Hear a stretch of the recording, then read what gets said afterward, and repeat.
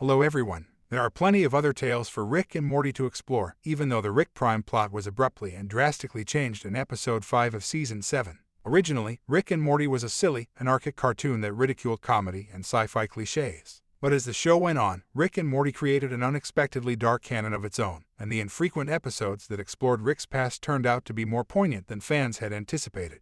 The Season 5 conclusion of Rick and Morty, which disclosed Rick's terrible origin tale, marked the pinnacle of this. It came to light that Rick's misanthropy, immorality, and drunkenness weren't always there. Rather, they were spurred by his wife's murder years prior. Rick swore to exact revenge on Rick Prime, his adversary, for killing his wife. As the 7th season of Rick and Morty began, he was hunting down the antagonist in between ridiculous interplanetary escapades. But all of this was altered in Unmortrican, the 5th episode of Season 7, when Rick Prime was abruptly killed off. The longest and most significant plot thread on the show was effectively concluded by this, leaving viewers to speculate about what would happen to Rick and Morty Season 7. Rick only discovered Rick Prime in Unmortrican because evil Morty's seclusion was unintentionally broken by his most recent scheme to apprehend his adversary. As a character, evil Morty was incredibly potent, and it was he who ultimately disarmed Rick Prime so that Rick could murder him. Rick and Morty's new main antagonist may make a comeback in Season 7 if they ignore evil Morty's advice to leave him alone, as he has made it plain that he still poses a threat to them.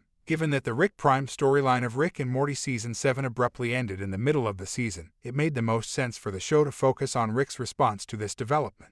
The depressing conclusion of the episode seemed to be pointing toward this, as Rick was shown in the final shots of Unmortrican returning to life alongside the Smith family while displaying a bewildered, numb expression. Since Rick no longer has the motivation that shaped several decades of his life, his entire character may shift in the upcoming episodes. Rick and Morty Season 7 might now return to being a standalone, episodic sitcom similar to its early season. Albeit this might not be a good idea. A series of lighter, funnier episodes that referenced Seasons 1 and 2 were featured in both Seasons 6 and 7, and the show's decision to kill off Rick Prime makes it even simpler to continue these low-stakes narratives. However, this can come as a disappointment to fans who are invested in the show's main plot.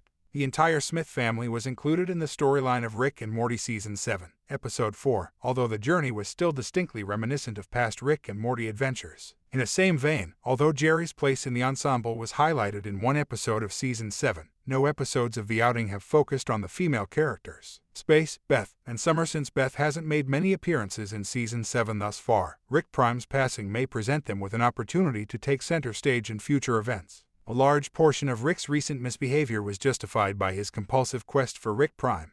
It would make sense to refocus on the villain's interpersonal issues now that he is deceased. Even though Rick and Morty's therapist, Dr. Wong, made a cameo appearance in Episode 3 of Season 7, there's no reason why Rick can't engage in even more reflection in the upcoming episodes. Although it may not be the character's strongest suit, Rick might use this kind of character development in order to prevent him from turning into a monster following the sudden conclusion of a journey that has shaped his existence for years. Since Rick Prime and evil Morty's identities were revealed in Rick and Morty Season 5, Morty's characterization has been stagnant. Hence, Season the 7th of may see him take on a more active role. After all, he proved he could be an engaging character even when Rick wasn't the one dictating the bounds of their adventures during his flirtation with Planetina earlier in Season 5. The fact that evil Morty exists is additional evidence that Morty has more depths beneath his reserved exterior. The second half of Season 7 might be revived if Rick and Morty abandoned its science fiction parodies and concentrated on the life of its teenage hero. Although Rick and Morty Season 7 might easily establish that the Rick Prime who passed away wasn't the genuine one, the show really shouldn't go this tack.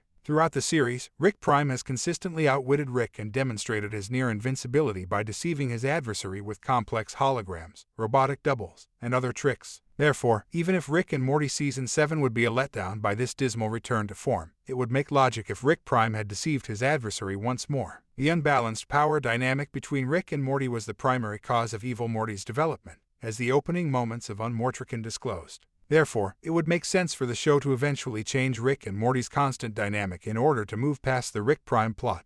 The stinger of Unmortrican was a poignant tale that demonstrated Rick might have responded to the death of his wife in a way that didn't make his life worse, even if the majority of Rick and Morty Season 7's post-credits scenes concentrated on ridiculous humor. This may have suggested Rick's eventual character arc, in which he develops into a more responsible person in general and a better guardian to Morty. Given how much of the humor in the show stems from the disparity in power between its lead characters, it would be intriguing to see if Rick and Morty could pull this off. But this would be a thrilling chance for the program to experiment with its formula. It might even turn Rick and Morty Season 7 into one of the best seasons in the show's history.